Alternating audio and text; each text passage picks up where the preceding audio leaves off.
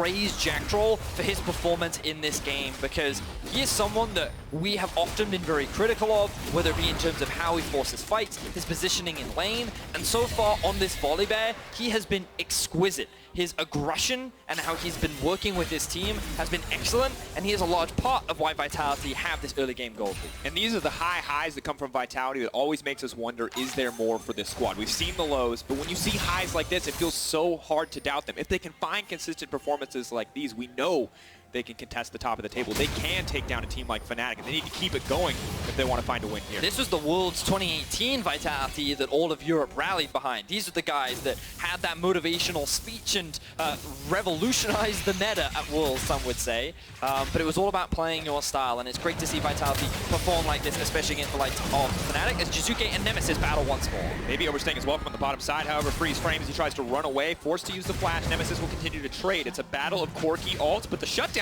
Yumi's going to kill the Bullet Bear. We're going to have to watch that replay in a moment. Meanwhile, shifting attention back to the top side. Reckless now on the hunt. He's been picked on long enough. It's his turn to fight, but he's still very slow. He's going to back off, and instead, Mo's just going to turn on to Blippo, fishing for one kill, maybe looking for a second, but the Yumi's healing him up. He's not going to grab it, and we've been here before. This time, Blippo gets the better of Vitality. And Reckless is alive! This is still alive, and Fnatic are just living across the board. Here comes Nemesis. Corki on the way in. Is the Valkyrie available? Are they going to commit for anything else? So many members survive. Hylissang is a hero in that play. So many blinking health bars, so many members of the Fnatic lineup saved by a little cat. I mean, it's absolutely unreal there, right? Fnatic get the kill to start off that fight, but still so low. Vitality thought they could turn it around. It starts off with Jack Troll and Attila coming around here, finding out Broxa, trying to get that flip onto him. Jack Troll chases really in deep here, gets collapsed on by 4 members. Bit of a mistake by him, even then the Ignite cutting through that passive healing, and it's at this point with Broxa getting chunked out by the culling, the Vitality think they can head them off at the pass, that with Reckless behind them, in not a position where he can force, that Mowgli says, I can go in, I can get this. But you see Hylissang hopping out, hopping back in, getting the shielding, getting the healing on both Blippo and Reckless was so clutch. Classic cast the curse. The moment you praise a player, they make a crucial mistake. And I just feel like Mowgli was so confident in that play, he just stopped. He's like, I don't even need to hit you anymore. You're going to die. And the heal comes in, he's caught off guard. He's like, oh, wait, I've already thrown the axe the other way. This isn't going to work. And I mean, in this game, we've already seen 2 massive plays like that. And yeah, you're right. This is the second Thank you for pointing that out, Gilius. So this is the double TP with Hylissang inside of Reckless coming down to try and contest Drake. Cavalshard can come with a teleport of his own, but he hasn't channeled it yet. Aaron, of course, still very tanky despite everything. Has a lot of pseudo tanky stats. He starts to farm up a little bit more. Attila now in trouble, does a lot of damage, but is very switchy.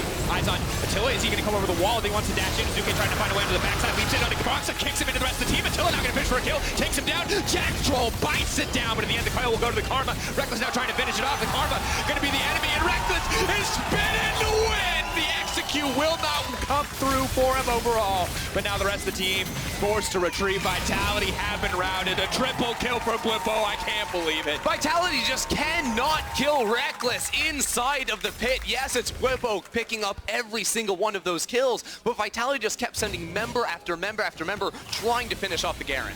Beautiful stuff. So let's see. This is just a flat-out 5 versus 5. Fnatic are kind of divided. They have 2 members in the pit while Jizuke looks for a flank. He gets a great kick onto Broxa and they find that execute. But the front line is already dead. With the Olaf gone, it allows Reckless to just dive onto the back line. And with the support of Whippo, they have more than enough damage to melt through the Vitality members. Jizuke goes in for a 1 versus 3, but he doesn't have the damage.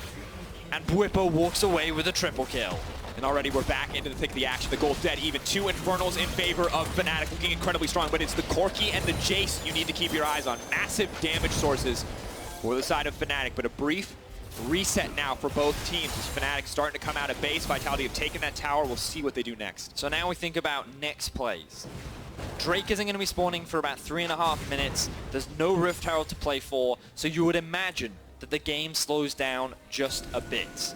Because with no major objective and it not being super easy to just siege onto these outer towers, especially given that Fnatic don't have 2 of the outer towers available, the game should slow down. But of course, just as I say that, Package available. He's going to push Cabochard away, trying to heal up as much as he can. Now running for his life. A good sidestep on the rocket. Nemesis is going to find the kill quite yet. Zuke will find the stun. The Aftershock going to give a bit more tanky stacks for the final chapter. Going to stop the team from falling up. Attila trying to find the coal on the backside. Will start to rake in the damage, and Jack Troll's here to play. The bear on the way. Is the Thunder going to be enough? He brings it in. He knocks back Bwipo into Attila. Damage is coming in, but Bwipo wants to turn the fight. Attila manages to live. A huge fight for Vitality. Broxah can be the hero, though. The kick goes in. Will connect on a minion. Not the target that he wanted. Vitality will back away victorious in this exchange. Great fight there from Vitality, taking the upper hand after singling out both of Fnatic's solo laners. This game is just sitting right on a knife's edge at the moment. With Broxah not being in that team fight, he really wants to make something happen. Yeah, and I think that's the biggest thing, and the fact that Broxah wasn't there while Fnatic tried to force that play was the biggest mistake that they could have made. Because again, notice the map state. Everyone is kind of resetting. Jace has to catch the bot wave, and now he's being forced to teleport top. Meanwhile, Attila and Jack Troll already have priority over mid, so it's easy for them to make this rotation up while the Sylas is TPing in. The map setup was just better for Vitality overall, and Fnatic overforcing this play ultimately costs. I also really like this sidestep from Cabochard at the start of the fight to stay alive, and then stays in the fight. Even with very low HP, he's using that Mantra E to buff up the rest of his allies to get them into the fight to chase for that extra kill. And a lot of strong members now on both sides. Obviously, Bwipo and Nemesis, the easy ones to spot out on the side of Fnatic, but of course, Jizuke is starting to scale up as well. An item and a half, 2 items now for Cabo. Cheap items, admittedly. Slowly but surely, Attila working towards that one. Jack Troll going in, though. This is way too aggressive. Now has to flash out to safety. If they can be able to turn, this final chapter comes in. He's still alive for now. Attila's going to grab that kill, and the rest of the team is still continue the fight, but Cabochard is just in the midst of Fnatic, and they're falling apart now, taking out Broxah fishing for the kick, but he won't find it. What a mess of a fight. Broxah just can't do it. He tries to pull off the hero play. It's not going to work, though. Now, if Fnatic can push out this wave in the mid, that tower is very low. Could be looking to knock that one down. So we're going to quickly jump into the replay. And Jack Troll, he thinks he's safe right now. He has the support from Jizuke. And to be fair, he survives for quite a while, but Reckless goes in for the execute. And at this point, you think, okay, Reckless is overcommitted, but no, the rest of Fnatic are here to support him. Vitality ends up getting split up. Broxah wants to set up the kick play onto Attila, fails to do so, isn't able to get the ward hop, isn't able to find a successful flash, and he ends up trading 1-for-1 overall. Crucially, though, he does get Attila's flash, so losing a Lee Sin flash definitely not ideal in the exchange, but Attila is still forced to flash away. Not the end of the world, but checking on the gold. Once again, we're back to dead even. This has been an incredibly back and forth game so far, but Fnatic will continue to scale up with this Corki in the mid lane. And it's going to be interesting to see who can actually fight better as we move into the later stages of the game. Yeah, when we talk about scaling, the elephant in the room right now is the Garen Yuumi in the bottom lane. And one thing you have to remember on this Garen pick that sometimes flies under the radar is the W, because it gives you that passive armor and MR, and then when you activate it, it gives you significant damage reduction on all incoming damage. So Reckless already has 2 points in that ability. He's going to continue to increase the duration of the damage he can reduce, which makes it almost impossible to kill him when you consider there's also a Yuumi inside of him that's going to be constantly healing him. And that's a Yuumi with an Athene's and a 14-stack Magi Soul Stealer. While all this fighting has been going down, Hylissang has been the hidden benefactor of every single one of these exchanges because he's not the one dying, he's just the one raking in the assists. So, I just realized, after Ender pointed that out, that Reckless is effectively just a tank that also provides wards.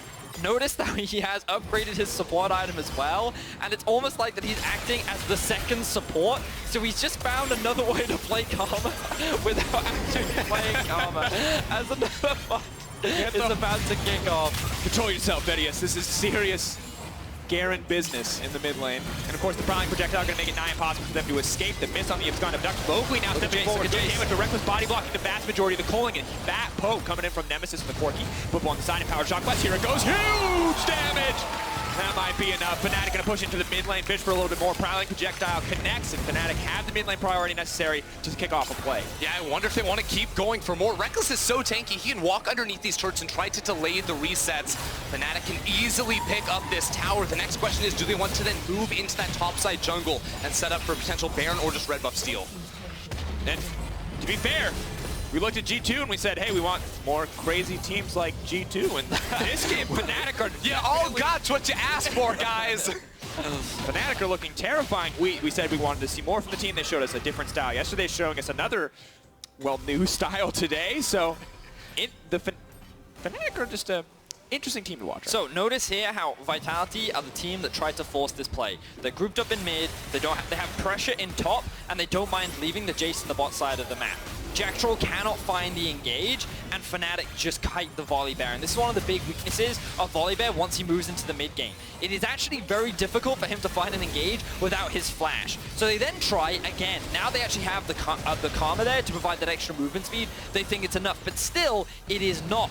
That actually allows Bwipo to push in bot, come in from the flank, and land that massive shock blast to deal so much damage to the likes of Vitality. And you know, we sort of joked about it in draft about how Vitality's comp is just a run-at-you composition, but this can be quite poor when you're facing, you know, a lot of disengage tools, whether it is just the Yuumi ultimate to try and slow you down or CC you up, or even a Lee Sin kick. Actually accessing Fnatic's team is going to only get more and more difficult for Vitality. The bonus movement speed that you get from Garen's W, the fact that there's the intimidation factor. the intimidation factor too, but you also have the speed boost gate from Bwipo, and on top of that, like, you're right, there's so much disengage tools on the side of Fnatic that it's nearly impossible for Vitality to find a very solid engage, when in reality they actually have very limited crowd control. And also think about it, you know, one of the things we don't often talk about are the Sylas ultimate steal options. What does Jizuke actually get to steal in this game that's super useful in a fight? It's about a Lee Sin kick and that's it, but it's not that long-range engage that can often be so successful for that pick. And now Fnatic are with a lot of confidence sieging in on the bottom side of the map here. No one else anywhere. All 5 members strong committing here. Jizuke going to take away a shock blast and look to poke away at the Fnatic team, but it looks like 2 minutes till the Dragon as well. So Fnatic just committing resources here. Not sure what they hope to get out of that one, as the Baron seems like the most likely next objective. I think that Fnatic have to be careful when doing the Baron, because I don't think they have the fastest Baron. I will admit that Jace and Corki should deal relatively decent damage. They should take it down relatively quick. And of course, they do have the tank with Reckless. So it is an option, but I think that one of the better options is actually just to keep dancing in and out. They have a lot of poke with the Corki-Jace duo, and as we already talked about, it's really difficult for Vitality to actually force an engage. So they can just leverage their range to just dance in and out of these towers and slowly chip away at them without ever actually having to risk the potential Baron. Yeah, and I mean, if there was ever a game where I would love to have 2 Cloud Drakes under my belt, it's this game for Fnatic here, if they can pick that one up, both to sort of move between these lanes as you're mentioning, but also to just run away from this Vitality composition. It's definitely going to be a strong option for them. And now we can see some of the Baron setups starting to come in, at least clearing the vision of Vitality, making them feel a bit uneasy. Reckless is backed off at the bottom side, so that pressure point will be gone for now, as he and Hylissang return to the mid lane. Jizuke, you can see, playing a lot more cautiously around the brush here as we get later and later in the game. Mistakes going to cost him more and more, and Jacktroll, as strong as he was earlier in the game, is going to start to mean less and less the later we get. Jacktroll, he did get caught out quite a few times, which is what allowed Fnatic to find a couple of comeback opportunities, and the game has definitely been back and forth. We've seen a couple of mistakes from both sides, members overcommitting for plays, people trying to force fights that they can't necessarily force, but now we're in a state where Fnatic has found 2 back-to-back team fights that have heavily gone in their way. They're the ones with the gold lead, their mid and top are incredibly strong, and they've now set up good vision control around the top side of the map to threaten the Baron. And it's super easy for them to get that vision control because they're 2 people that want to ward can just easily walk into the enemy jungle. Reckless is super tanky with the Yuumi alongside him. He's the one that's going to be leading that charge. They both have support items. They can easily layer down this vision and completely zone Vitality into their base. In addition to the power of the Prowling Projectile allowing you to face check Brush. Without face check Brush, very easy for Fnatic to take this control. And you can see it's going to get harder and harder for Vitality to have a presence on this map. Fnatic not so concerned with the Baron at this moment, just concerned on choking all of the vision out from the side of Vitality, slowly but surely pushing them back into this space. The other concern I have for Vitality here is actually the silence coming through from Reckless for a lot of different reasons, because Jizuke wants to be diving into the fight. If you can just drop that silence on Jizuke, all of a sudden he can't sustain with that W. Attila, a low-range marksman, can't actually dash away from the scare that's just going to be running him down. Final chapter immediately forcing the flash. So much damage coming in from the cat. That is a Luden's Echo, 16 Medjai's stack cat. That is terrifying. Because why not? So strong from Hylissang. He's the one dealing the damage in this Garen Yuumi duo, and it is working out beautifully from the side of Fnatic. Now they still have to close. They still have to find this Baron and break into the base. You can see the damage numbers coming out. That's the Poke right. champions, funnily enough, having the highest damage. That's all you need, folks. Yuumi and solo queue. Bust it out. Rack up the damage. Unless you want to have fun. Well, you know, winning is fun. Yeah, that's my way of having fun. I'm just terrified of all these guaranteed. Your win rate says otherwise. That was good. I like that. All right. I like it, like the slight clench of teeth under the breath. I'll get you later, nerd. Yeah. Over the castle, we'll have a conversation about that.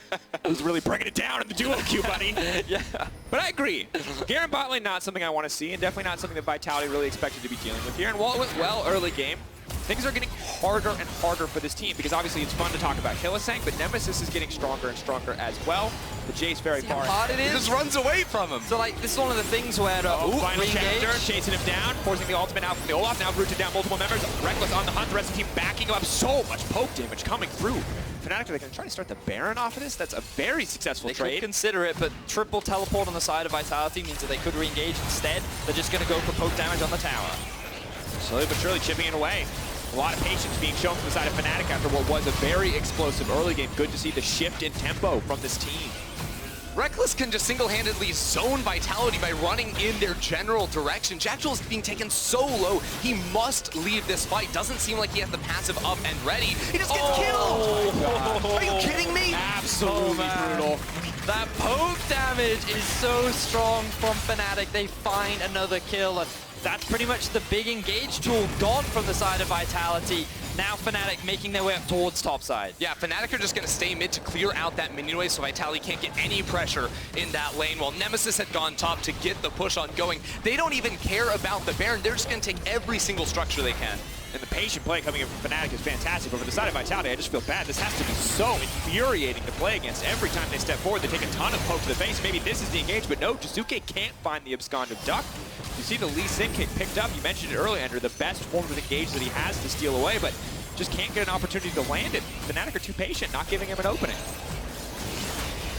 Jizuke tried to find an engage, but will not be able to land anything. The poke continues to come out from Fnatic. Again, they're not approaching the Baron, they're just going for kills.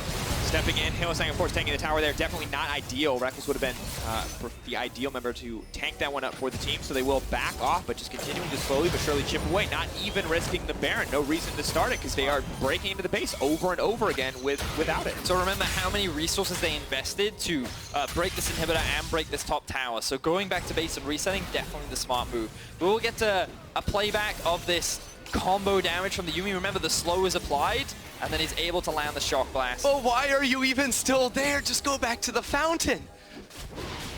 I don't know, Ender. I can't give you the answer. I wish I could. But at this point, Righteous Glory, the next item for Jackal, maybe that can be the key. The flash is up and available. Maybe they can finally find an engage, but things are only going to continue to get harder. Hylissang is only getting more AP. Corki is only getting more damage. Yeah, Hylissang's working on his Rabadon's death cap now. Now, at the start of the game, you know, as you do on Support Yuumi, at the start of the game, I said that Hylissang was an enabler for Garen bot lane. You know, Yumi's an enabler for Garen. I realized I've looked at it completely wrong. Garen is the enabler for Hylissang. Garen's like the car that's driving around a guy with a machine gun right now. That's Hylissang. Okay. Oh man, I mean, like, it makes sense because you can never touch the Yuumi, right? You got to go through the Garen to get to the Yuumi, and even if you do, the Yuumi can then just jump off and jump onto another member of Fnatic. So they're just going to keep the pressure up. They can just sit in the fog of war and utilize this poke to keep Vitality away, while the other members can just start off the Baron, and we see just that. Now, yeah, not even going to be contested. Vitality forced. They can't because they're getting pushed back by this duo. Oh my God, I've seen this in 3. Run away! Reckless is unstoppable. This is the raw decision-making power of Hylissang, but whenever he tries to make a bad choice, Reckless can say no. Yeah. It's an unstoppable bot lane duo. I hope G2 are taking notes right now. Okay, the fact that you think G2 haven't played this already is shameful. Ladies and gentlemen, this is a dominating performance from Fnatic, and I do not want to make light of this game, as it is a game in the race for second. It is a game where Vitality have the potential to lock playoffs, but it has been domination for the last 10 minutes from Fnatic, and unless Vitality show us signs of life, they're already dead. They just have so few options. They need to maybe find a flank with Jack Troll, but how is he going to do that when Fnatic have full vision control over the map? Maybe they can find a pick, but even then, Fnatic has spent the majority of this game just grouped up, and even then, Like, how do you get through all this poke? How do you approach this team without losing half your health bars before you get there? Yeah, well, the thing is, try to kill Nemesis, try to kill Bwipo. Yep. You're never going to be able to kill Hylissang. And that's actually the primary damage dealer for Fnatic at this point in the game. Okay. No, look at it. The damage doesn't lie. Infinity Edge. Shush. All right, I'm all aboard the Yuumi carry. Meme King. Let's calm down a bit. Of course, it only goes from bad to worse too, because the lost chat from Hylissang, excellent disengage tool, have to make it through that one. Then you have to make it through the Lee Sin kick, and even then, if you're somehow still alive, Reckless just pushes R and you die instantly. So I don't see the way this team fight play. It is really going to take a miraculous play here from the side of Vitality. I mean, like, Vitality had to get an advantage early. They had it, and they could not hold on to it. And now Fnatic, with this composition, have become unstoppable. Here we go. Jack Troll flipping it back. Nemesis kind of misses the team. The Lost Chapter comes out, trying to buy a bit more time. Running forward, but instantly Jack Troll dies. And definitely fighting out more than they can chew. Oh! Clean play from the Lee Sin. Finally, Broxy hits to play League of Legends. Now stepping forward. Shizuke running for the hills, but it might be too little too late. That's going to be it, ladies and gentlemen. Fnatic, one final blow, one final nail in the coffin. Shizuke can't get anything else done. They're playing, they're taking their time. Fnatic moving into the base to find the kills, and they will end the game here, keeping themselves tied up with Splice, keeping themselves in the race for second, and ever closer to a spot in Athens. The smiles on the faces of Fnatic. That was definitely a challenging early game. They struggled. They fell behind. A couple of poor decisions were made, and I felt like that Jack Troll was playing exceptionally well. But then it was also Jack Troll that was getting caught out in the river. It was he who was making these mistakes, and Fnatic were consistently punishing. They were finding picks on a side lane. Let's not forget Cabochard was getting killed by Brox and Nemesis twice through just smart rogues. And it felt like that Vitality did not leverage their early game lead well enough to stop Fnatic getting to this mid-game point where they just became unstoppable. Yeah, we got to this point, right, where Fnatic could back up whenever Jack Troll tried to make a play, whenever they tried to find a fight, and just calmly play this poke, this siege game. Once they took control with the Jace and Yuumi around any structure, there was just nothing Vitality could do to plant their feet in the ground and actually defend. Honestly, I'm just at a loss for words when it comes to this game. I think a fantastic performance from Fnatic. I like everything we saw from them. The decisiveness, knowing when to engage and when to step back, the way that they played around all of Vitality's potential options to get into a fight. And it's a good look for Fnatic as we get closer and closer to playoffs, something that a lot of people wanted to see after some of the shakier performances in previous weeks. And on the side of Vitality, sometimes we get good games, sometimes we get bad games, and sometimes we get both in the same game. And it's honestly hard for me to know where to place this team at the moment. Well, right now, I feel like that you can look at Vitality as a bit of a wild card because you definitely don't know which team will show up on the day. And while they still have not secured a spot in playoffs, they're still in a fairly comfortable spot. They still have 2 games to go. Misfits and Schalke will be their final opposition.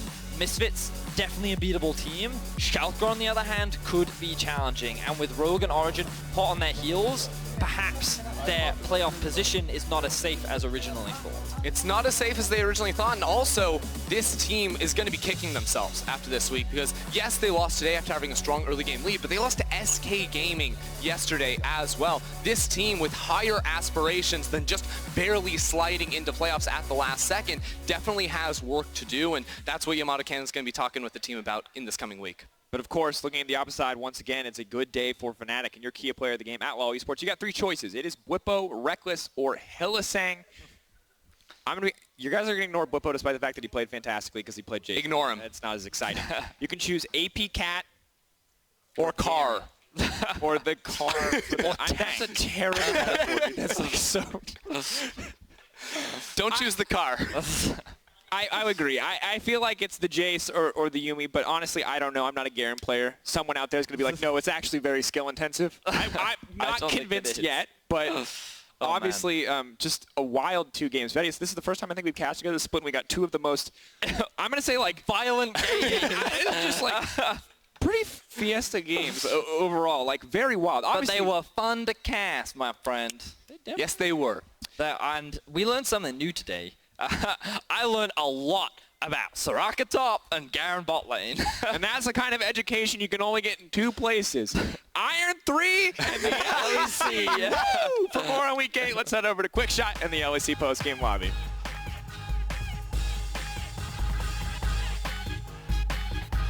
Welcome to the Iron 3 and LEC post-game lobby.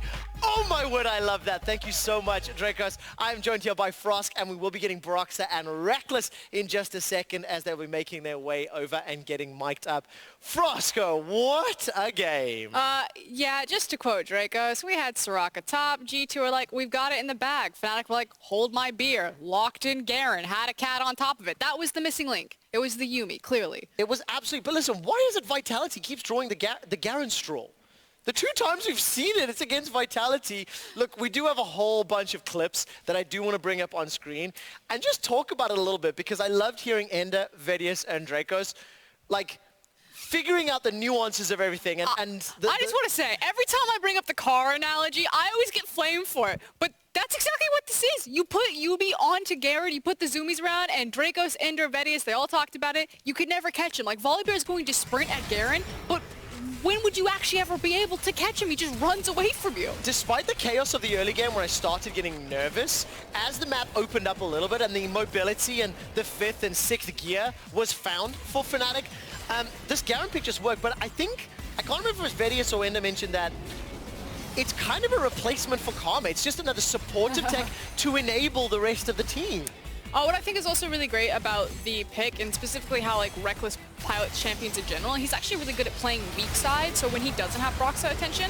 Now, I really want to go back and see if he held the wave there when kind of the initial kills come in for Vitality that start punishing him. But Garen allows you to like absorb health, so you can walk into waves, you can take it up, freeze it where you want, and then go back and heal yourself back up and kind of get ready to fight again. I just think that's kind of like an interesting maneuver that really plays into things that Reckless is very good at, which is his wave management down the bot lane.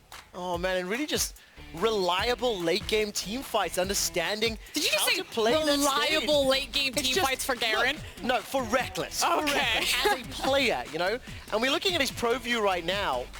I just cannot believe we live in a world where Annie top, Soraka top, Garen bots are actual legitimate things, and it makes me excited for how the game is evolving because it's fun to watch, and it feels like my game's back home in Iron 3.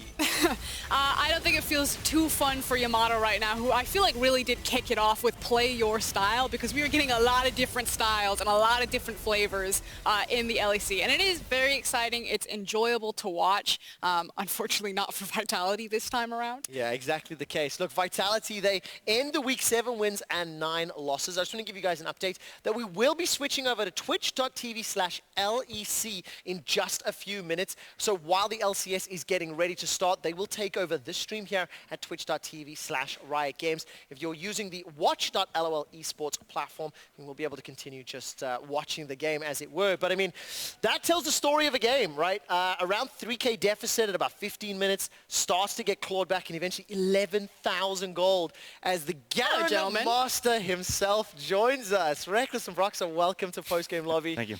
Congratulations on the win. When did you decide you were going to play Garen? We have practiced Gary Yuumi for like a month, but that was the past month. So it basically wasn't something that we had ready, but the opportunity presented itself, and then we kind of figured, like, even though it was a while since we practiced it, we probably still kind of knew how to execute it in the later stages at least. So even if early would be rough because I wouldn't know the matchup properly, at least we would, you know, execute the Yuumi gameplay later. Can I ask what triggered pulling the trigger on Garen and picking it? Was it the Volibear pick? Is this something that you specifically have for that matchup? You don't have to give away strategies twice. No, I think just AD carries aren't necessarily like the mount Yuumi wants. Yuumi is more about dealing the damage herself and just wants someone that doesn't get her killed, and I feel like AD carry is usually the one that gets targeted, which makes her get killed. So it's just nice to have a Garen because he can't really die, and you don't really need his damage, so he's just running around setting up Yuumi for her own stuff. So he's basically like a delivery service. Yeah. I actually have a stat for you, by the way. 792 damage per minute is what Hylissang was dealing as Yuumi. So it just really puts some like numbers to the playstyle. Broxah, how does it change your playstyle when you have a Garen Yuumi bot lane and obviously coordinating with your team as the game plays out? I actually feel like Garen fits the playstyle we've been having the split pretty well. It works a bit similarly to the Karma in the sense that he's very fine on his own, and he just chills in the bot lane and he doesn't really need any resources, which means that I can give Weibo some love without my bot lane struggling because of it. Obviously bot lane, I believe, got dove at one point and things didn't really go according to the plan. I mean, I kind of died 2v2, but level 1 was really tough for me. But the idea is the same as the Karma, and in that sense, I think it fits our playstyle pretty well. Did you guys absolutely know that Vitality were at your red buff? Because as you guys started moving from the try over, yeah, very premeditated. I placed the sneaky ward on ramp, level 1, which they probably wouldn't get with the sweeper, but I think they got it the second time they swept, so we knew, but I also think they knew that we were going to come for them, so they were ready to fight. And I feel like if I had another champion there, it would be nice, but for the rest of the game, I was happy with the Garen. It's just that level 1 wasn't the greatest, because I knew I had to take one for the team, and it's not usually a role I play, so it was... It was pretty interesting, because we sat in the tri-bush, and we were discussing, like, okay, how are we going to go about this? And we were not even sure how strong exactly Garen was going to be going into it, right? So we were kind of quickly, theory crafting how we were going to go about it, but worked out okay-ish. Yeah, 2 for 2 in the level 1, then a couple of shenanigans bot lane, but you managed to pick it up. Just to announce, Spin to win the Kia player of the game, so I think nobody's surprised, is Reckless on Garen. The fans I loved watching That's actually brutal to Hilly. Like, you definitely were the delivery service there, but Hilly was doing so much damage. Yep. And so was the rest of the team, of course. So really working out. I mean, Bwipo and Jace did a really good job. Look, it was a lot of fun. We will be heading to an ad break in just a moment. Before we do, though, I do want to get some comments as we're still on the main stream, and a lot of LCS viewers will be chiming in. Fnatic versus Splice at the top of the table, 12-4. Next weekend, it's a little extra pressure on you guys to win, because you need to win versus Splice, and then you need to win your second matchup on day 2 against Rogue to take that second seed. If Splice lose, then you guys take that advantage. So how does it feel knowing you're battling for the buy and it's so close to a guaranteed showdown in Athens, Broxah? It's really exciting because I feel like we were in a pretty similar position last split. I remember last split on the last day, I believe we won our game and Origin won their game as well. But if they lost, we would have gotten that top 2. And now it's the same thing where all games actually matter a lot, and it just makes the last 2 games really nerve-wracking and really exciting, because getting that top 2 spot is so important. What's it like in terms of internal confidence? Like, you guys are looking at Splice probably in the best form, but expectations, pressure, it's always going to be on Fnatic members. I know that the magnifying glass and microscope feels like it's really on top of you. Do you guys feel that this is free, or is it like one game at a time that the pressure's there? For me, it's, I guess, something we have always kind of had in Fnatic. Like, I feel like we always have a lot of pressure to perform, so if anything, it might be harder for them than for us, because I think we just kind of have this daily, so maybe for them it's a very different situation, because usually Splice is like the 5th or 6th team maybe, but this time around they're actually like at the top, so it's a new setting for them. Meanwhile for us it's just another split, right? Reckless, you've played against Splice and many of the iterations of Splice, and as far as many of the broadcasters are concerned, this is the best that Splice has looked in many years. Mm-hmm. How big of a contender are they for the final? Because it feels like it's G2 Fnatic Splice right now. Is that fair? I think that's fair, yeah. And how difficult is this matchup going to be against Kobe next week? Because he seems to be on fire right now. I mean, their games go really late, and he always plays an AD carry with 4 tanks or 4 supports around him, so I respect him for, pulling it off, but I'm not necessarily like scared of the laning phase or anything. I think he's more of a farm for late kind of guy, which I think is perfectly fine with our playstyle. Like, we don't really play around me anyways. I mean, I don't even play the carries, so yeah. It's completely fine that they want to play around bots. I will just let my top laner carry me, or jungler or mid, or wherever feels up for it. I was going to say, it's very different responsibilities, what Kabe does for Splice versus what Reckless has been doing for Fnatic. Kind of same question, Broxah, looking across Xerxes. We talk all the time, Xerxes, a very cerebral jungler. I think Vedi has said it that, like, if Xerxes is the brain, you're the brawn. Do you feel that that is accurate, or do you think that you've been misrepresented? Are you afraid of Xerxes?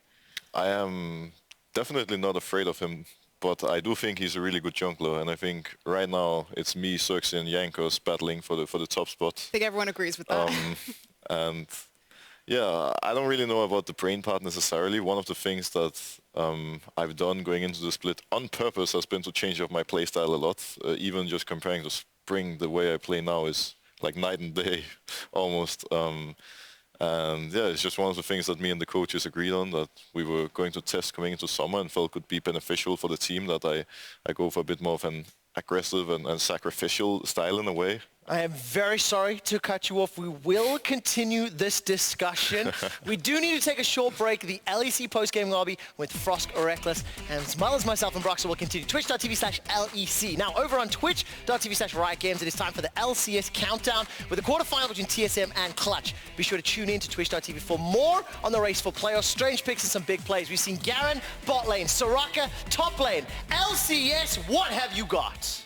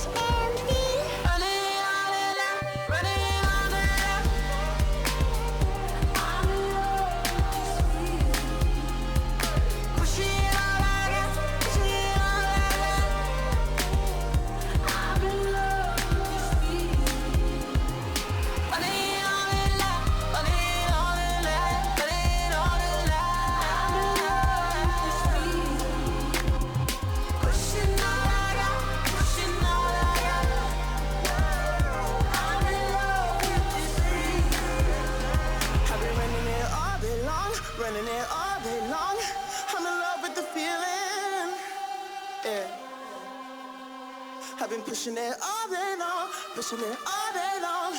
I'm in love with the feeling, I'm in love with the feeling. I've been pushing it all day long, pushing it all day long, pushing. I'm in love with the feeling, I'm in love with the feeling. And I've been pushing it all day long, pushing it all day long, pushing it all day long, pushing it all day long.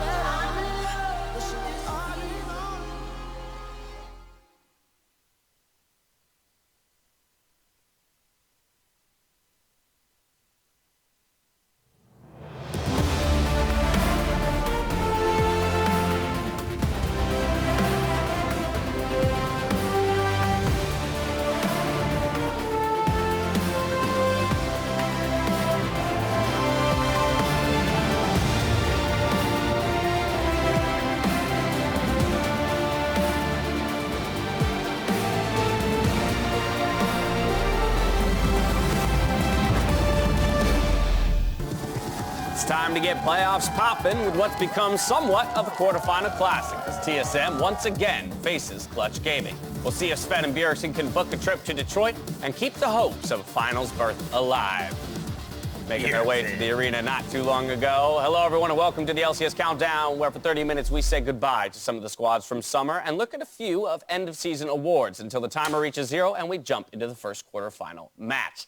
Later on, we'll weigh in on how the All-Pro votes played out. But before that, the ballots came out for the lesser spotlighted, but just as important senior superlatives. Really? So here they are, these awards coming at you. I bet you didn't expect these. This is our whole class of 2019 here. Ballots are not public either, so you cannot verify any of this. First but it was very fair. Is Best Eyes, and Best Eyes will be awarded to one Ole. He's got glasses, so I don't buy it. It's not. It's an actual stat behind it. It's not about his actual ability to see. Also, if his eyes are corrected through the glasses and they're still great. They're still the best. Exactly. Or it could just be how cute they look. Yeah, also could be that. All right, yeah. Ole's got great eyes. No, but this is highest vision score per minute or at best 2 eyes. points. Yeah, or that. Yeah, really both. I mean, what came first, the stat or the award? Who's to say? Next up would be most outgoing. This goes to Core JJ for having the highest forward percentage in the league. I disagree. He's outgoing. Core JJ is a sweet guy. Very friendly. He's very nice. He's very friendly, but he doesn't seem like he's like the guy you talk to and go to. He doesn't go to you. I mean, not the party starter. Right, exactly. But his forward percentage disagrees with you, Mark Zimmerman. Yeah. All right, we'll follow that up with the best of friends. No surprise, it's Apollo and Hakuho. And you might be thinking, oh, okay, that one doesn't have a stat behind it. It does. Highest proximity to each other as a duo in the whole LCS. They also had some heartbreak this year where Hakuho finally played some games without Apollo next to him. Yeah, we were overlooking that in naming them. But they got back friends. Together. That's really what it is. Best friends always find their way back to each other. There it is, Apollo Hakuho. Hug it. No, respect. I mean, great friends don't have to. Bro hug. Yeah, exactly. Know. Yeah, right. Like they know what that means. It's kind of like, the evolution of just down to love you. Right. You get it. All right, Class Clown goes to Niski. Most kills and deaths across the entire split. But to be fair, 81 of those are kills. Yeah. So it's pretty heavily just Look kills. at Class Clown. I'd say like most likely. That's how he every time he gets a kill. That's how every time he does laugh a lot when he gets kills. It's really fun to watch this play cam playing Aurelia too. Yeah, he actually is really goofy. He's like most upbeat guy, right? He could have got all I'll rename that award for next time. Well, okay. If I have the power. I don't Class know if Clown, he's involved in the action. He's always involved. Yeah, he's what making that stuff means happen. to me, right? One way or the other, good or bad. Finally, the last award in the senior superlatives will go to the most athletic, and that would be Sven. For just having the most muscles, I think, is how that one. There wasn't like a bench press contest, or they ran a mile. We're not doing an LCS combine where we're like getting their 40. There wasn't much of a stat line behind that. Honorable mention to Acadian for most athletic. That would be fun though, an LCS bench press contest. Would it? Yeah, I don't think anyone would be. It'd be fun. It'd be fun for a couple. Contracts is doing one-handed push-ups on the cooldown the other day. All right. You got some strong folks. Yeah, here. I hear that. Hey, Golden Glue, you get him in there. Yeah. All right. There might be something. We'll work on that for next year. Yeah. All right. With the start of playoffs, it's time to say goodbye the LCS way with the return of RIP. This time for 100 Thieves, Golden Guardians, and Echo Fox.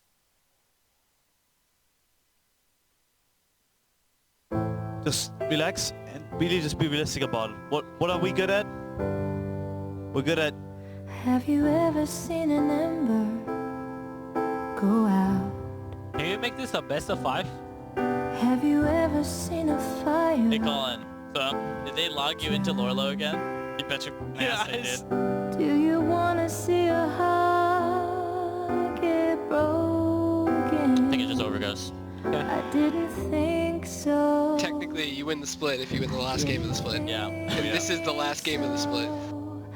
Don't say goodbye when you don't have to go. Oh yeah. Oh wait, Pigboard. I'd rather hear lies than what I need to know. It was an ocean, by the way. Was it? Yeah. Was it? Please. Leave me alone. Tell me anything that you like. Last winner is the true winner. But don't say goodbye. LCS champions. Get ready to print our banner.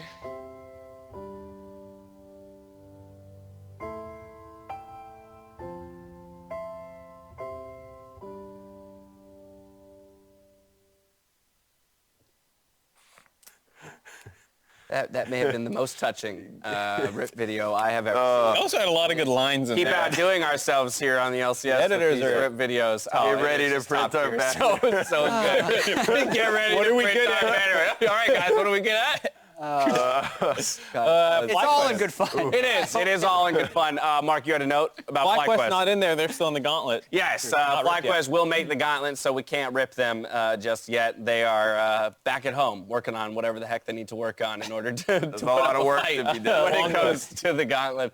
With the first playoff match just about 23 minutes away, let's go ahead and take a look at the bracket. Team Liquid and Cloud9, they've locked up the first and second place buys respectively, while Counterlogic Gaming, they snagged up the number 3 seed, coming just short of those first round buys. They'll be facing off against Optic Gaming, who placed 6th after a series of tiebreakers. That game, though, plays on Sunday, while today's matchup pits TSM versus Clutch Gaming, where TSM has benched both of their starting junglers coming into the postseason. That will be something we discuss in a future segment.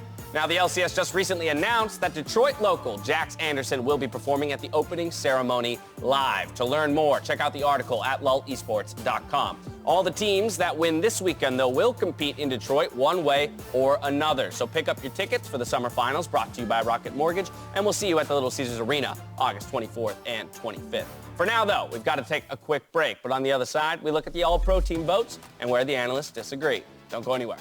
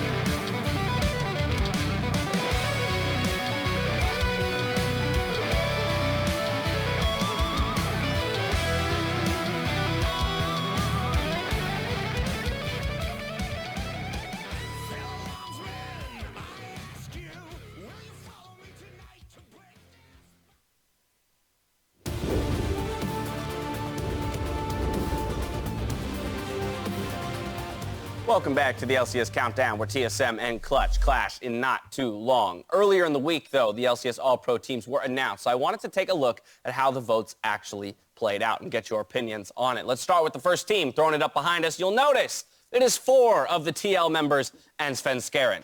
And for the first time, I think I largely agree with it. A lot of the time, the number 1 team takes a lot of the spot, and it's like, because they're the number 1 team. But I really do think top and bot lane were both indisputably the best for Team Liquid, and that's why they get the first team nod as well. So Sven Skaren sneaking in there, The though. one man, yeah, breaking exactly. it up. The one-man army trying to make sure that it isn't all Team Liquid on the first All-Pro team. Yeah, I think Sven Skaren had a spectacular year, especially looking at the way Cloud9 was able to snowball a lot of their early games through the solo lanes, through Sven Skaren finding incredible engages towards the mid and the late game. And anytime there was a player up on the desk, you'd see someone talk about Sven Skaren. They're all kind of gushing about how good of a year he'd been having, so it's worthy to see him up there. Without a doubt. Let's go ahead and contrast this with our second All-Pro team as you take a look. A little bit more diverse across teams here. 2 Cloud9 members in Licorice and Niski. Xmithy does take the jungle spot, as Sven Skaren had taken it on first team. And then you have the CLG bot lane down there manning AD and support. I think the biggest one here is Niski being on the second team, because I know a lot of people feel like Niski might have gotten robbed here of his first Do you time feel like Niski got Do I feel like, robbed? well, I did not vote for Did Niski any of us- second. I voted Niski first and So you Jensen disagree. second. That So would be the easy I answer do there would be disagree. yes. I feel he got robbed. All right, yes, I feel that way, because Niski, I think, has been a player that is so explosive and integral to Cloud9, but beyond that, he continues to innovate more than Jensen. I mean, he's busting out the Aurelias way more. He brought out the Veigar as well. Last week, Talia, too. So I think there's a lot more that he brings to the table, and the stats back him up, too. He's playing with Sven Skaren, so I think a lot of the credit goes to Sven Skaren, that Niski should deserve more of it himself.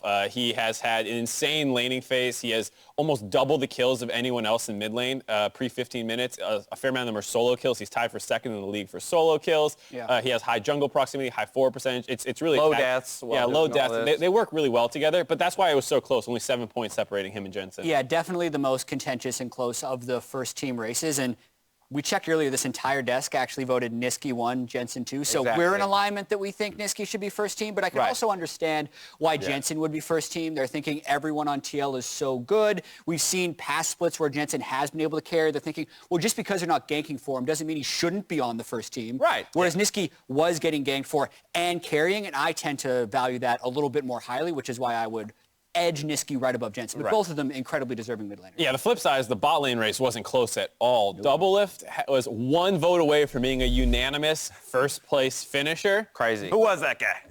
We'll not get into it. Not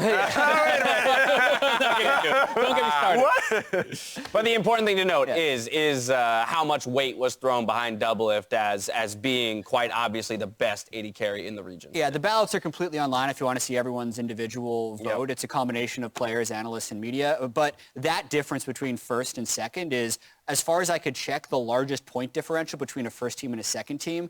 Another really close one was Doublelift being first team over Sneaky in second team back in 2018 summer. So Doublelift is very clearly the best, unanimously, I would say, AD carry in the league. But Small margins. very close. And it actually made it difficult for me to vote the second through fifth best AD carry, because it was just such a massive gap between Doublelift and the next closest, which is a testament to how great Doublelift has been. Let's go ahead and take a look at that third team now then, see who made their way onto this. The top side of the map for CLG, Ruin and Wiggly, will be the first time that either of these two make it onto an all-pro team, so kudos to them. Bjergsen slotting in at number 3 for the mid lane. Cody's son making it onto the all-pro list, and then Zazel, the support in that regard. I thought Cody had a great split, especially towards the back half. I think it was 5 games that he didn't die. He's been such a pillar for Clutch Gaming that I had put him even higher. I put him at second for me. I felt like because the gap was so large between Doublelift and everyone else, you're like, well, who else could have been as consistent as he has been? And really, I'm ignoring the Zed game as well. I don't want to think about that one. Yeah, everyone had some mistakes on the third pro. I mean, what's really cool with the third all-pro team is you get to the people right behind them and kind of like the snubs list. Yeah, and that's always where the most arguments happen, which I always enjoy. Okay. Bjergsen getting third, 1 point over Crown was the closest of any position. And I was surprised. I didn't even have Bjergsen wasn't on my list. I had Crown number 3. Bjergsen or Crown weren't on my list. You went PoE. I had PoE. So, this was mid lane, a very close ballot between all the different candidates. Yeah, when I was looking at the ballots overall, I thought that the top 2 mid laners were clear. Then the third mid laner was completely up in the air, and you can see it reflected in the results. Bjergsen does get the nod over Crown in this time. Just by I think a point. Bjergsen's slightly more consistent. Crown had more carry performances, but also had a couple of really bad games in there. And even PoE, to your point, not 1 point off of third, but I believe he probably ended up fifth if you calculate the votes. Yeah, it was really close. Meteos as well, the other part of the Optic engine, not getting over Wiggly, who had a really great season. So it was really close. I feel bad for the Optic guys. Couldn't crack it. Right, just barely didn't make it in. But again, it kind of shows you, to your point, Jat, where we do have some league leaders behind those people. There really is quite a fight for, spots 2, 3, and 4 within the league for a number of different positions. We've got time for a quick break here. When we return, we look at at the Clutch Mobile heading into their quarterfinal series. You won't want to miss it. What kind of mobile do they have? That's a good question. When you're chasing greatness, just remember, it's not about what you say. It's about what you do.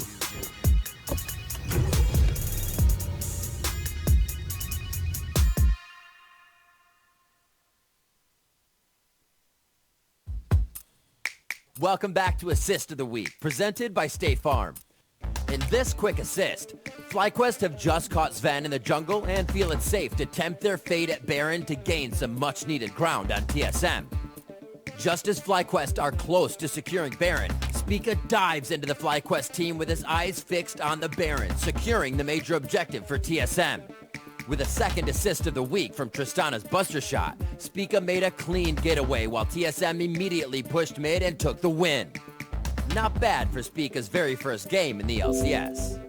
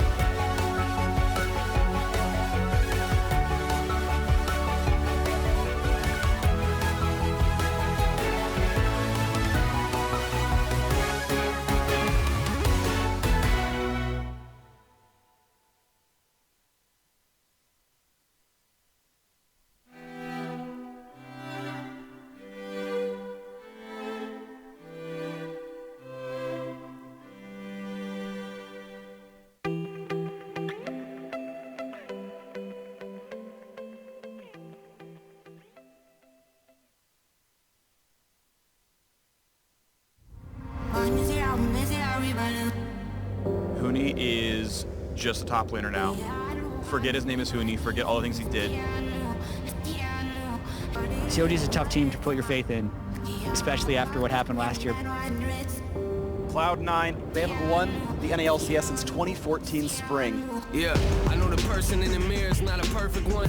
I look at him every day and think he's not enough. Meteos goes down, and Optic are cut to pieces. They'll find even more disaster. No quick silver sash. He is down. He is shut down. There's so much that goes on in my head that what is he doing? See, you probably be terrified of my memories. Don't lecture me. Let me be, let me see, let me breathe. How they remember me doesn't alter who I am as a person and take my energy. Hard days, cool nights, staring down at an empty cup like I'ma fill it up. All day. He's back. Yeah, he's back, and so is Clutch. Mio showing up now, trying to grab a little extra damage. Minos has still got it. TSM is marching down mid lane. I know the feeling of feeling like everything that you deal with will never change. That's part of being a human. Yeah, that's what you make of it. Take it, embrace it, and take it and savor it. Ain't about what you did, it's what you became from it. Hard days, cool nights. The flash find at a 2. That was beautiful, Biofrost. Can I walk up to 5? Good luck. Okay. Yeah, get it.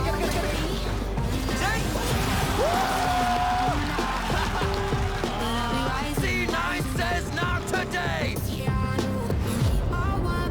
Team Liquid are your North American LCS champions. Back-to-back sweeps. It's 3 LCS titles in a row. Nobody can beat us. Zealous goes deep into enemy territory. A double kill over to him. Liquid will remain at number 1.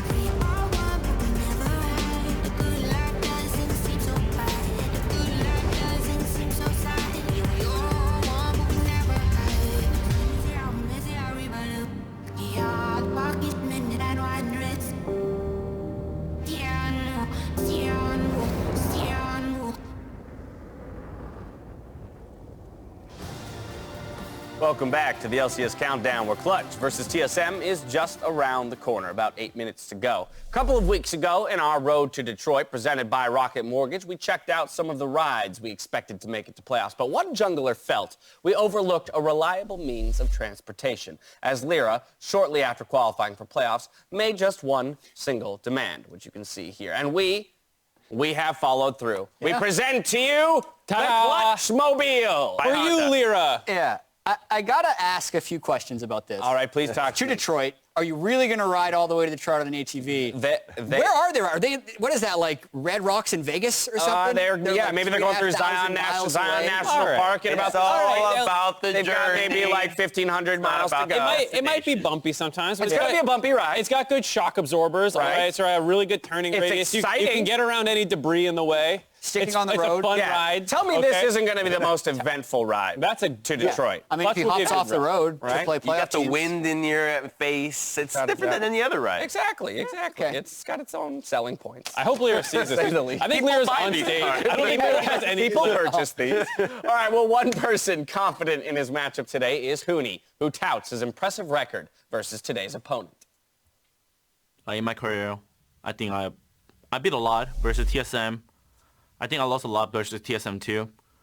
But the point is the Clutch Gaming never had lost versus TSM at the playoff. That's what they said.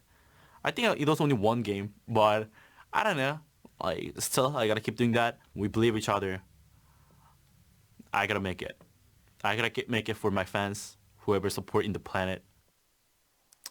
Well, Hooney's predicting the win. He's got the confidence with that impressive win-loss that he cited, winning a number of games and losing a number of games against TSM. But with about 6 minutes to go, I want to get your predictions. So, first up, Crumbs, down the line, we're going to start with you. Who takes it? Oh, wait. What? I have to stop myself because on the graphic first comes Amazing. You may have noticed. I have news for you. Amazing will be joining us for the post-games of this series. So first, we will reveal his prediction, which is TSM, I believe, in a 3-1 scoreline. Okay. Although I don't necessarily want to misquote, so we'll let him I heard him. But I believe it's a 3-1 scoreline. Now, Crumbs. Thank you. What do you got for me? I'm going with a 3-1 scoreline as well, but it is for Clutch Gaming. Ooh, okay. All right, you want to give a quick tagline for why that is? Well, you see the trajectory of both teams, right? TSM is going to be this way, Clutch this way, and I think that we've now reached the point where Clutch Gaming is above the inflection point. There it is, the inflection point. Wow. Next up, Jat, what do you got for me? I have TSM more so because Clutch is 1-9 against playoff teams and 8-0 against non-playoff teams. And they're playing a playoff. We are in the playoffs. All right. So well, yeah. So by win-loss record, that dictates TSM. Mark? TSM 3-1. We'll get into it. We will. We will. Thank you for that promise, Mark. So here's some news leading up to this series. We already mentioned it. TSM's jungle situation. Spica is in. They have elected to bring no sub-junglers into the postseason. Instead, they've brought their academy bot lane to ride the bench and possibly play. And this raises a ton of questions about the internal state of TSM, and I feel like that's the bigger question, more so than Spica, who in the 2 games, low sample size, but looked fine and wasn't going to be a problem for the team. Any work?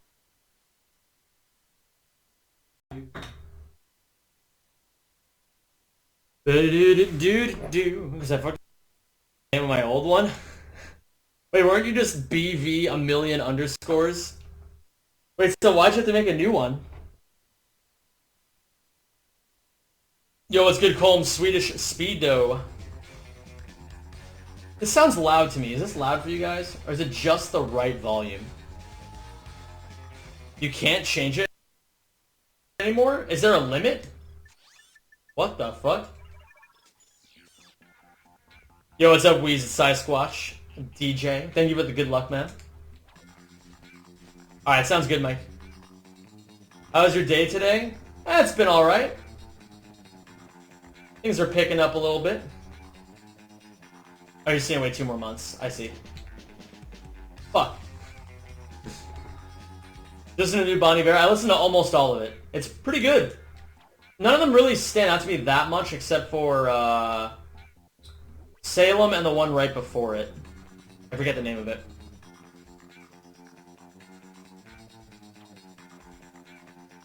Welcome to speedrunning, Squatch. That's gonna happen a lot in your life. But I'm good on you, man. I'm glad to see that you're still grinding. You decided to start writing a fanfic. What is this fanfic about? Oh, look, it's the Zen92. He said he's the best speedrunner of all time, but if he was, then why doesn't he run the best speed game of all time, Final Fantasy IV? You could have written any speed game there, and you chose to write Final Fantasy IV. I literally could not tell you a single thing about Final Fantasy IV. I don't know any characters in Final Fantasy IV. I don't know any maps from Final Fantasy IV. I don't know any music from Final Fantasy IV. I watched all the VODs. You still struggling with the Spider-Bot BS? Not really. I'm having a lot less trouble with Spider-Bot stuff now. I practiced it a lot last night. I understand the positioning a lot better now.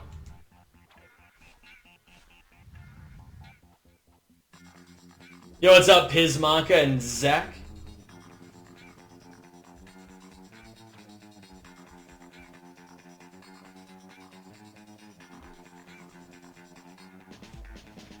I understand that clip so much better now. What do I do when I'm here? I guess this? Yeah, that works. Yo, it's good, Augustus. How you doing, man?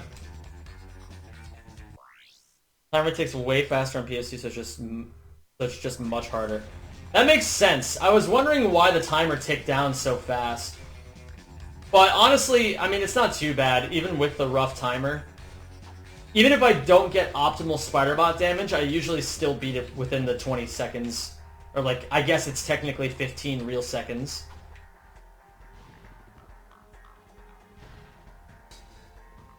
Yeah, Cavoni, I have a really high follower to sub ratio. And I'm very thankful for that. That's usually an indicator of a good community. Or at least a very involved community.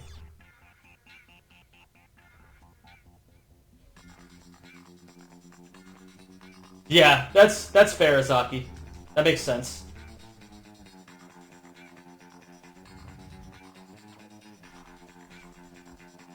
It sounds so fucked up when you say my username Pissmonka. No, I say Pizmonka. But if you want me to say Pissmonka, I can just call you Piss. My sub has 2 more days. Get fucked, buddy. Get fucked, me boyo.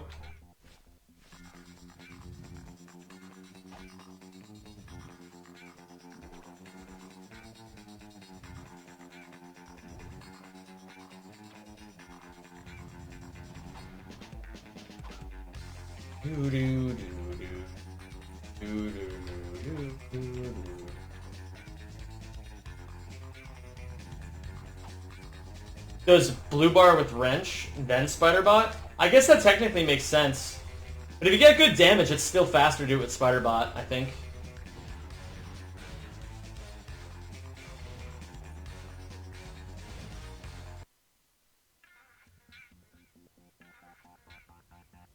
Alright, I'm actually feeling pretty good. I practiced a lot last night. And I've been practicing a lot the past few days as well. I'm feeling pretty good about this. I feel like I can really start to push this time down. I feel like if I play well today, I can PB. I can get a 117 today if I play well enough. I feel that in the root of my balls. Oh wait. I do want to try Aaron S2 one more time.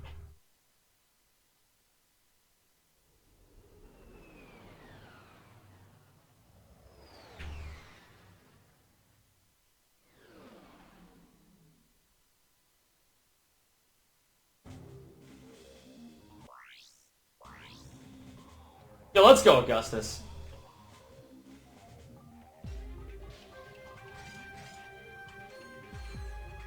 Yeah, I don't know what I'm going to do about my 36-month sub badge. I don't know what I'm going to make it.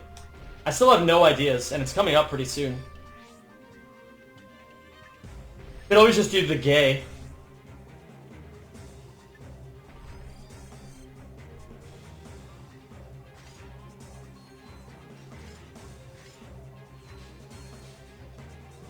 Have I been? I've been alright, Nate. Today's been a pretty decent day. I'm pretty tired today, actually. Make it squished. Dude, that's actually not a bad idea at all. In fact, some might say that's a good idea.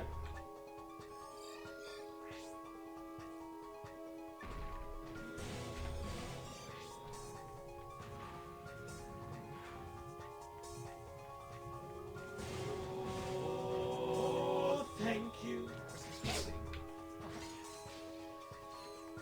Since you've allowed me to shill in your chat, here's my monthly payment. Yo, thank you so much, Wheeze. I appreciate the 19 months. Hey, what's my title currently?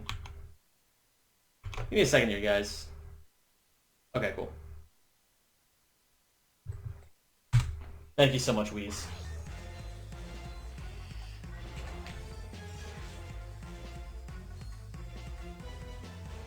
I'm really bad at manipulating these spider bots right now. Actually, I do want to save over this. Wait a minute. And now I want to save again over this. Okay, that all makes sense. I finally got this now. Pleb detected. Oh no, are we going pleb hunting already?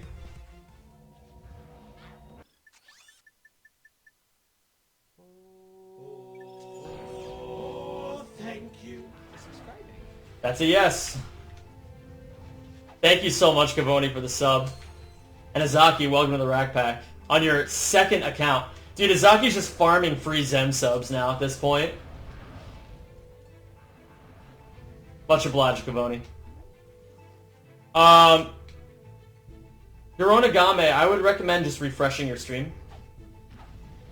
That usually solves the most problems.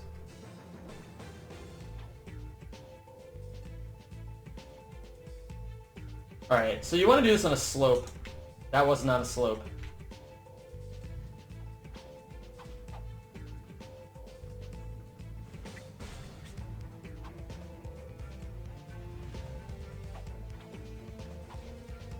Alright, I'm feeling pretty confident about this, honestly.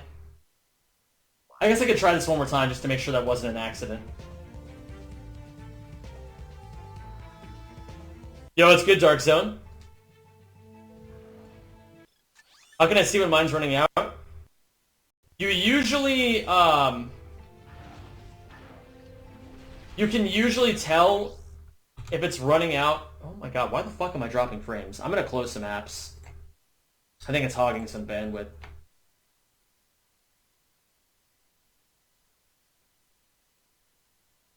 That should hopefully be better.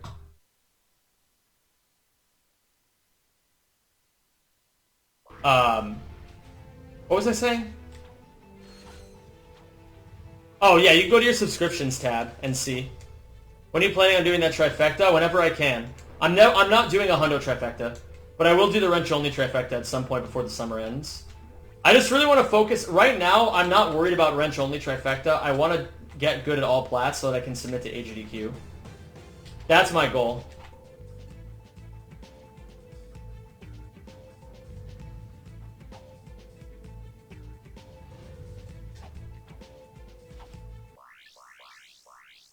No, not subtitles. Alright, easy peasy. Well, 100% trifecta. It takes... World record right now is 12 hours, 45 minutes-ish. Somewhere around there. It's less than 13 hours. Yo, thanks for the happy birthday, Falcon. How you doing today, man? Going to uploading your ACM PB? I probably should, shouldn't I? I'll get to that eventually. I don't know. I have a lot of YouTube stuff I need to do, and I keep saying I'm going to do it, and then nighttime rolls around, and I'm like, ugh, I don't want to do this. And then the day starts over. And then repeat. Over and over and over. French only and 100% does not exist. That's not a real thing.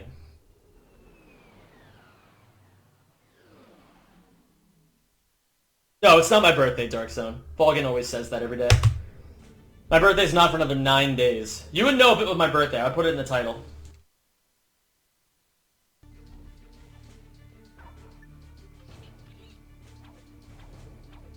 Chippy Boy, I want you to think about that. Think about why wrench only 100% doesn't exist. Just think about that for a second. Use your brain. I know you can do this. Think logically about why wrench only 100% trifecta does not exist. Think about it.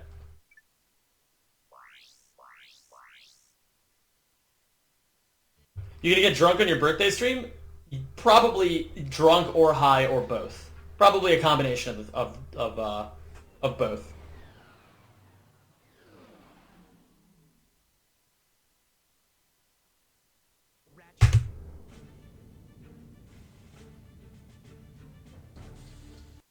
Yo, thank you, Dark Zone.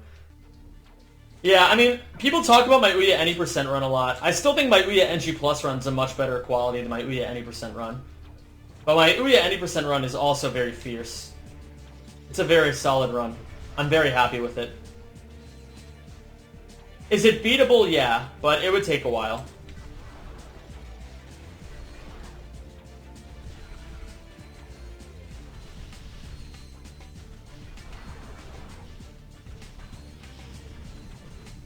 Ouya is trash, Rack 2 is king. Dude, what have you been smoking? I know what I've been smoking, but what have you been smoking? I want some of that.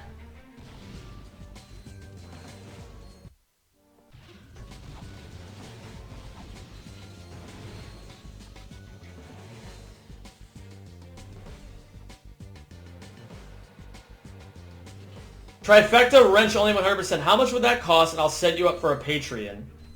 Okay, Pismanka. Once again, I want you to use your brain and think about why that's not possible. I want you to think about that. I know you guys can critically think. I've seen it happen before. Oh, that's my first 118. Nice.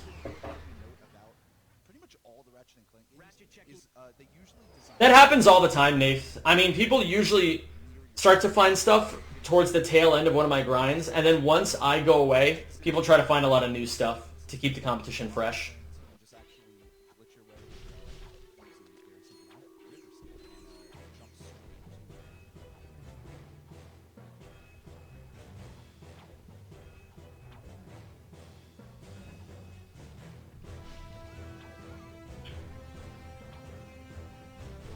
I mean, really not that much has been found. It's been like, what, maybe 5 to 7 seconds of time save found since I left. So enough to make 27 doable. But it would still be incredibly difficult. It would still take a better run than the current world record to get sub 28.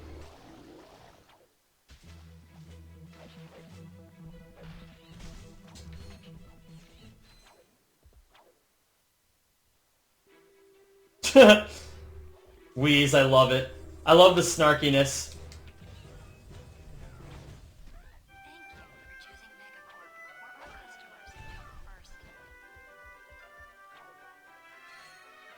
Come on. I'll try again. This is still faster than doing the normal way.